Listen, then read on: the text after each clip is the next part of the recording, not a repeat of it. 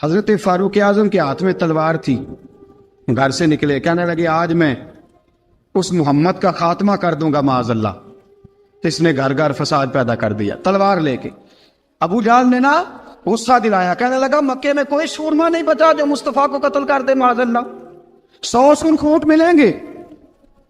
جناب عمر کہتے ہیں تلوار پکڑی، اور یہ سویر کی بات ہے، ابھی رات کو نبی پاک کعبے کا غلاف پکڑ کے کہہ رہے تھے اللہم اعز الاسلام باسلام عمر ابن خطاب، یا اللہ اسلام کو عزت دے دے، عمر کو کلمے کی توفیق دے دے۔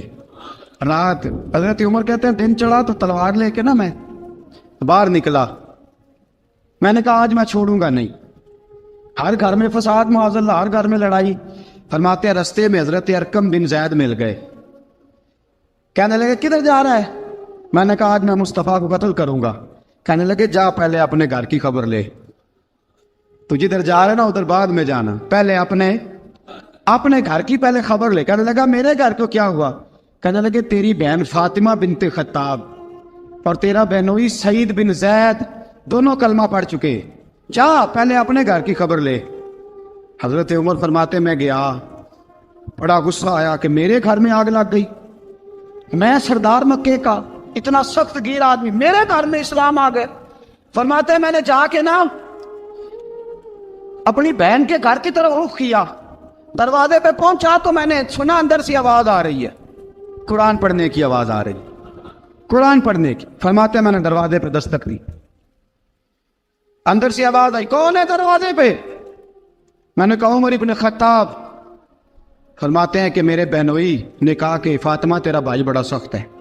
فرماتے ہیں میری بہن نے جلدی سے قرآن کے صفحے لپیٹ کے اوپر رکھ دیے، میرے بھائی جو تھے وہ میرے بہنوئی ایک دروازے کے پیچھے چھپ گئے۔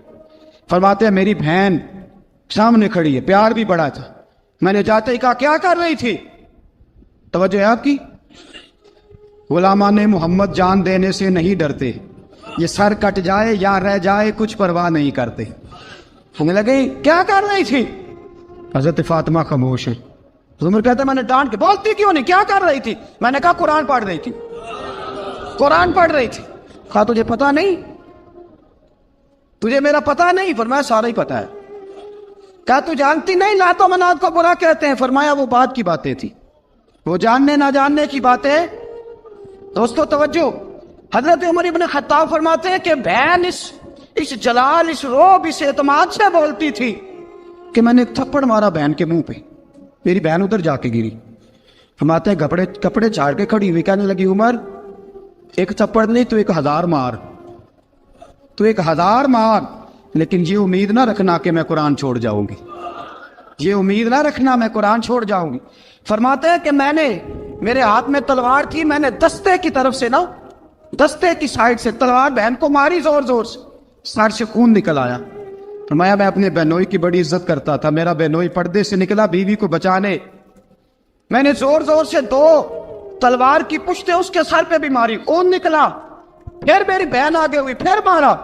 ماتے جب خون نکلا نا بہن کا، تو میری بہن نے اپنا خون اپنے ہاتھ پہ لگا کے کہا عمر جس ماں باپ کا خون تیری رگوں میں ہے اس کا میری رگوں میں بھی ہے، اسی کا خون میری رگوں میں بھی ہے۔ فرمایا عمر جس باپ کی پشت سے تو ہے میں بھی اسی باپ کی پشت سے ہوں، جس ماں کی چھاتیوں سے دودھ تو نے پیا ہے میں نے بھی اسی ماں کی چھاتیوں سے دودھ۔ توجہ ہے آپ کی؟ میری بات سمجھ میں آ رہی ہے؟ سنیں بات، رسول اکرم صلی اللہ تعالی علیہ وسلم نے فرمایا، حضرت عمر رضی اللہ تعالیٰ عنہ فرماتے ہیں نبی پاک پہ نازل قرآن سنا تو جب میری بہن نے اس سے جلال کے ساتھ بات کی نا کہ عمر میں بھی اسی باپ کی بیٹی ہوں، میں بھی اسی باپ کی بیٹی ہوں، میں بھی اسی قبیلے کی ہوں، خبردار تو ترشرو ہو کے گالی 1000 دے، یہ وہ نشہ نہیں جسے ترشی اتار دے۔ فرمایا تو چارہ کر، ٹیل لگا، لیکن تو مجھے اسلام سے ہٹا سکتا؟ حضرت عمر فرماتے ہیں بہن کا جلال دیکھا تو میں ٹھنڈا ہو گیا، بہن کا جلال دیکھا تو میں نے کہا اچھا مجھے دکھاؤ کیا پڑھ رہی تھی، مجھے دکھاؤ ذرا کیا پڑھ رہی تھی۔ فرماتے ہیں میری بہن کہنے لگی تو کافر ہے، انما المشرکون نجس، جا پہلے وضو کر کے آ، جا غسل کر کے آ، جا پہلے نئے کپڑے دھلے ہوئے پہن کے آ، پہلے تیار ہو کے آ۔ حضرت عمر فرماتے ہیں میں تیار ہو کے آیا، میری بہن نے جھولی میں صفحے رکھے، قرآن پڑھے بہن، سنے بھائی، اللہ تقدیر بدل دیتا ہے۔ قرآن پڑھے بہن اور سنے بھائی،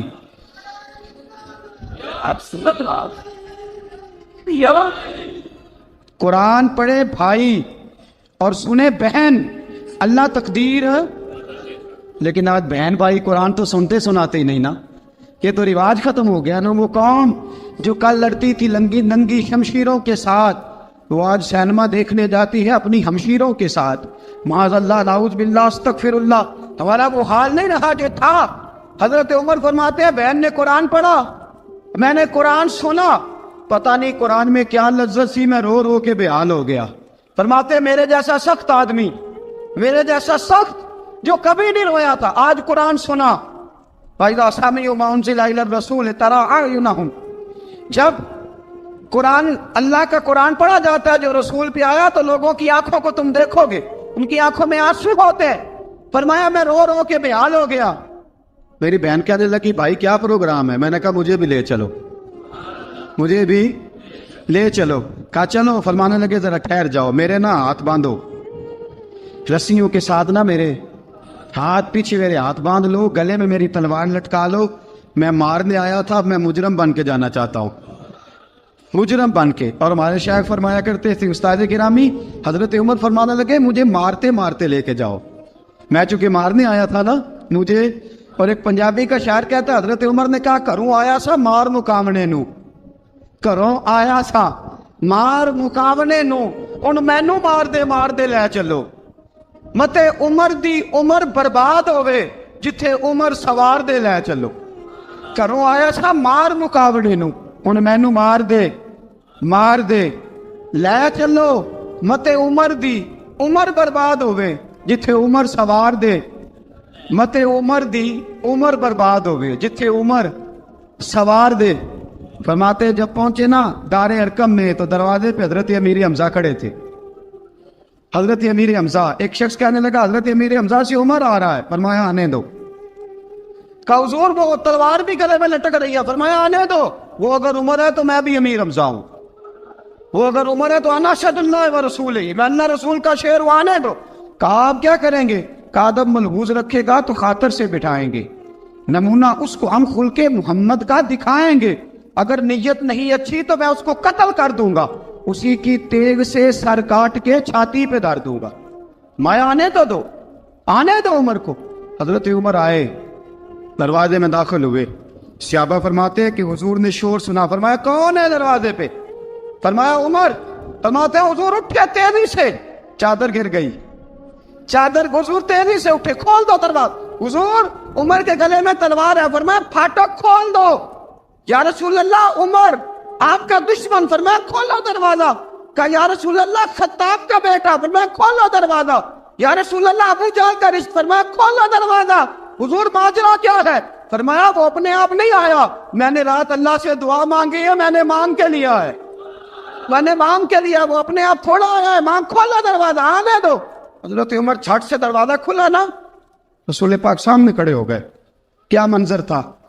ابو بکر فرماتے ہیں تمہیں کیا بتائیں کیا منظر تھا؟ حضرت ارقم فرماتے ہیں تمہیں کیا بتائیں کیا منظر تھا؟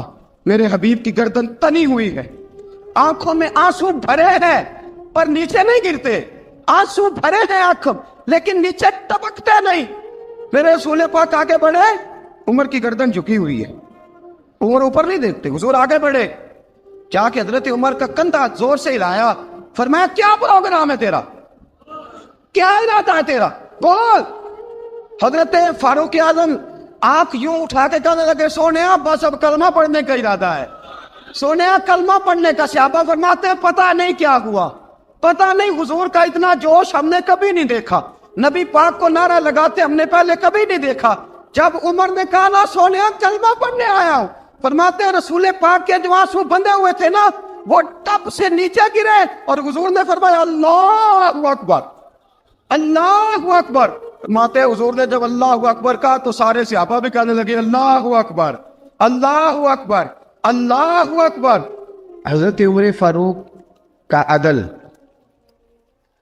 اور حضرت فاروق اعظم کا انصاف، اس کو دنیا جانتی بھی ہے مانتی بھی ہے۔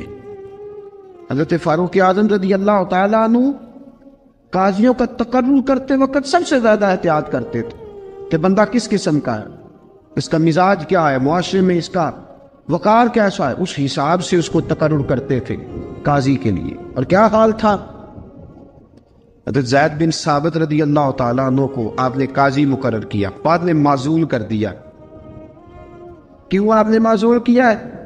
تو حضرت عمر کہنے لگے اس کی وجہ ہے، ایک دن ایک شخص نے، حضرت ابی بن کعب نے مجھ پر مقدمہ کیا، حضرت عمر پر مقدمہ کر دیا، تو فرماتے ہیں کہ میرے سامنے میں دیکھ رہا تھا، جب میں عدالت میں پہنچا تو زید بن ثابت نے میرا کھڑے ہو کے استقبال کیا، اور جب مدعی آیا ہے تو وہ بیٹھے رہے ہیں۔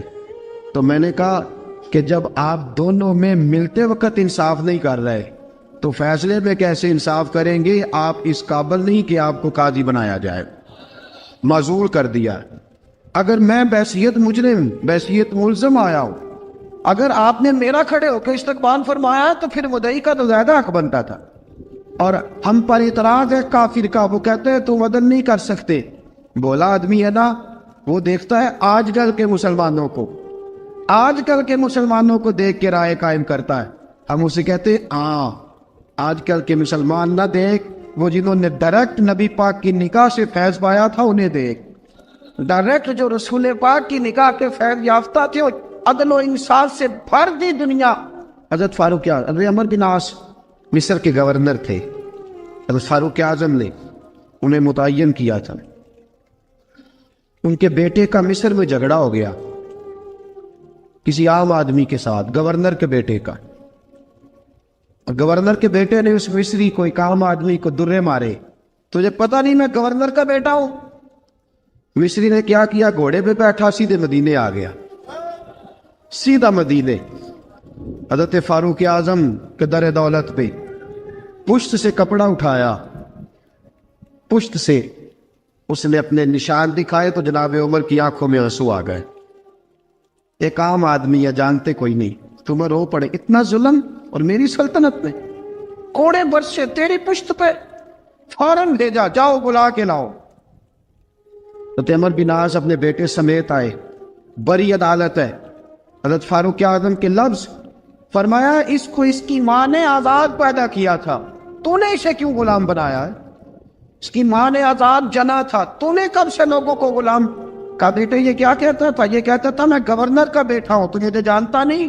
فرمایا اب یہ بڑی عدالت ہے، کوڑا پکڑ اور اس گورنر کے بیٹے کی پشت پہ برسا اور اسے کہہ تو گورنر کا بیٹا ہے، میں محمد کا غلام ہوں صلی اللہ تعالی علیہ وسلم۔ اسے بتا، اسے اب بتلا کہ تو گورنر کا بیٹا ہے نا، میں نبی پاک کا غلام ہوں، اور جو مصطفیٰ کے غلام ہوتے ہیں وہ سارے برابر ہوا کرتے ہیں۔ حضرت فاروق اعظم کا عدل، جناب فاروق اعظم کا انصاف، جناب فاروق اعظم رضی اللہ تعالیٰ عنہ۔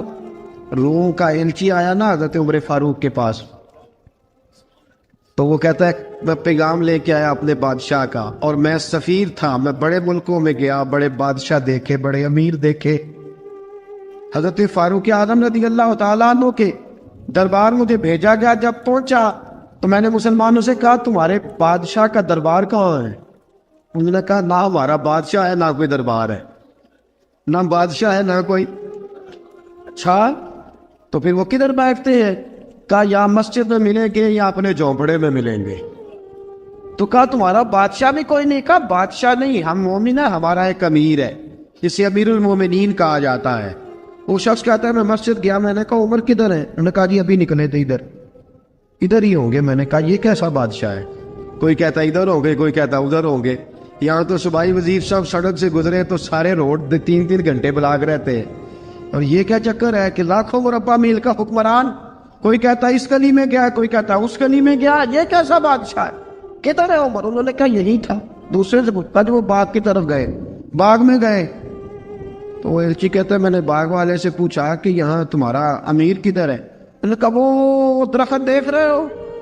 کہا حضرت دیکھ رہا ہوں۔ اس درخت کے نیچے وہ ایک شخص جو سویا ہوا ہے نا، مٹی کا ڈھیلا سرہانہ بنا کے، وہ درخت کے نیچے مٹی کے ڈھیلے کا سرہانہ بنا کے جو بندہ سویا ہے وہی ہمارا امیر ہے۔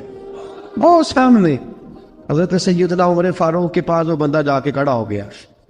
وہ کہتا ہے کہ پسینہ گر گر کے نا مٹی کے ڈھیلے پہ گارا بنا رہا تھا.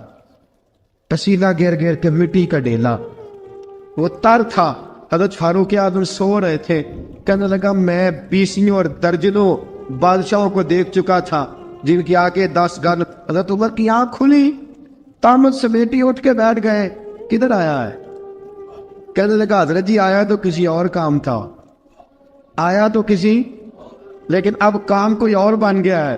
آپ نے فرمایا اب کیا کام بنا ہے؟ کہنے لگا میرا کام یہ بنا ہے کہ میرا بھی دل کیا میں بھی کلمہ پڑھوں اور نبی پاک کا غلام بن جائے. یہ کام بن گیا. اور ساتھیوں بس مدینے میں وہ دن بڑا عجیب تھا جب سیدنا فاروق اعظم کے بیٹے کا معاملہ آ گیا. آج 60 سال کا بوڑھا عمر, ابو شامہ حضرت عمر کے صاحبزادے, یہودیوں نے سازش کر کے انہیں نبیذ پلا دی. نبیذ جائز تھی, نبیذ کیا کہ شراب پلا دی. پھر مقدمہ قائم ہوا. کہا اب پتہ چلتا ہے عمر کتنا عدل کرتا ہے. سیدنا فاروق اعظم کے پاس گواہ آئے. صاحبزادہ اندر کھانا کھا رہا تھا. فاروق اعظم نے گریبان سے پکڑا, کھینچ کے لائے. فرمایا ابو شامہ چل, تو نے شراب پی ہے, تجھے کوڑے مارے جائیں گے, تیرے لیے 100 یا 80 کوڑوں کی سزا تیاری کر لے. ابو شامہ کہتے ہیں کہ ابا جی انہوں نے نبیذ کہی تھی, شراب پلا دی. فرمایا تو نے پی کیوں؟ تو نے پی کیوں؟ بڑے بزم میں بار شیر مسجد نبوی کا فاروق اعظم. اولاد تو بزدل کر دیتی ہے نا بندے کو, اولاد تو کمزور کر دیتی ہے. آج مدینے نے عجیب ماجرا دیکھا. حضرت فاروق اعظم کی زوجہ روتی ہوئی آئی, کہنے لگی حضرت جی میرا لخت جگر ہے, ایک کوڑے کے بدلے پیدل حج کروں گی, ایک کوڑے کے بدلے صدقہ اور خیرات کروں گی. میرا بیٹا غلطی کر بیٹھا ہے, یہ کام نہ کرے. آپ نے فرمایا تو مجھے کہتی ہے میں یہ کام نہ کروں؟ تیرے حج اور تیرے کوڑے کیا کرتے, تیرے حج اور صدقے کیا کرتے ہیں؟ کوڑے لگانا میرے مصطفیٰ کی شریعت کا قانون ہے. تو بیٹے کی بات کرتی ہے, عمر کا اپنا معاملہ بھی ہوتا تو عمر یہی سلوک کرتا. لوگوں نے کہا حضرت جی آپ تھوڑی دیر, ابھی ان کی والدہ پریشان ہے, گھر میں پریشانی ہے, ذرا ٹھہر جائے, کل پرسوں ترسوں سزا دے لیجیے گا. فرمایا تمہیں یاد نہیں جب مدینے کی ایک بی بی نے چوری کر لی تھی اور میرے مصطفیٰ کی بارگاہ میں کہا گیا تھا حضور ذرا ٹھہر جائے, سزا نہ دے, تو حضور نے فرمایا تھا اگر فاطمہ بھی چوری کرتی تو ہاتھ کاٹ دیتا. تمہیں یاد نہیں نظر مصطفیٰ کے ٹکڑے کھانے والا ہوں, میں کیوں دیر کروں؟ اس نے گناہ کرنے میں دیر کی ہے جو سزا میں دیر کروں, برساؤ کوڑے. حضرت افلا نامی غلام, حضرت جی آپ کا لخت جگر ہے. فرمایا لخت جگر نہ دیکھ, مصطفیٰ کا قانون دیکھ. میرا بیٹا نہ دیکھ, مصطفیٰ کے قانون کا قیام ضروری ہے. اگر علی بیٹے کی قربانی دے سکتا ہے, اگر لوگ فاطمہ کے بیٹے کی قربانی یاد رکھیں گے تو تاریخ کبھی بھی عمر کے بیٹے کی قربانی نہیں بھولے گی. فرمایا غلطی سے ہو گیا یا جیسے بھی, اسے خیال کرنا چاہیے تھا. کوڑے لگاؤ. 80 کوڑے لگے تو بیٹے کی روح پرواز کر گئی. جب جوان بیٹا کسی کا, کوثر نیازی نے کہا تھا باپ کا جنازہ اٹھانا بڑا آسان, پر بیٹوں کے جنازے اٹھانے بڑے مشکل ہیں. جب فاروق اعظم کا بیٹے کا انتقال ہوا, بیٹے نے آنکھیں کھولی, باپ کی طرف دیکھا تو سیدنا فاروق اعظم عدل و انصاف, 2 آنسو آنکھوں میں آئے. کہ بیٹا حضور سے جا کے کہنا کہ عمر نے بیٹا نہیں دیکھا, کا تیرا قانون دیکھ, جا کے حضور سے میرا پیغام دینا. حضرت ابو شامہ رضی اللہ تعالیٰ عنہ وصال کر گئے. تاریخ کیسے کیسے منظر ازالت الخلفاء شاہ ولی اللہ کی بطور والا پیش کرو. حضرت ابو شامہ کا وصال ہو گیا, 20 کوڑے باقی تھے. لوگوں نے حضرت جی آپ کیا کرنا ہے؟ فرمایا اس کا جنازہ پڑھو, اسے قبر میں دفن کرو, باقی 20 کوڑے اس کی قبر پہ مارو, اس کی قبر پہ 20 کوڑے مارو. کا حضرت جی ایسا بھی ہوتا ہے؟ فرمایا اس لیے ایسا ہوتا ہے کہ یہ میرے مصطفیٰ کا قانون ہے, میری اولاد کا معاملہ ہے تو میں درگزر کروں. فرمایا مارو کوڑے. حضرت سیدنا حذیفہ بن یمان فرماتے فاروق اعظم بیٹے کی قبر پہ کھڑے تھے, داڑھی آنسوؤں سے بھری ہوئی تھی. میں دوڑا ہوا آیا, میں نے کہا عمر نہ رو, آج خواب رات تیرے بیٹے کا جنازہ تھا, جنازہ پڑھ کے سویا ہوں تو خواب میں مجھے رسول پاک کی زیارت نصیب ہوئی ہے. نبی پاک خواب میں تھے تو 2 سبز غلے تیرے بیٹے کو پہنا رکھے تھے اور رسول پاک کی بغل میں کھڑا تھا. حضور نے فرمایا عمر کو جا کے کہنا کہ تو نے بیٹا پاک کر کے بھیجا تھا, اللہ نے جنت کے سارے دروازے کھول دیے ہیں. اللہ نے عمر کو میرا سلام کہنا اور اسے کہنا عمر تیرا حدود اللہ قائم کرنا خدا کو بھی پسند ہے, مصطفیٰ کو بھی پسند. ساتھیو عمر انتقال کر گئے, 26 ذی الحجہ کو زخم لگا.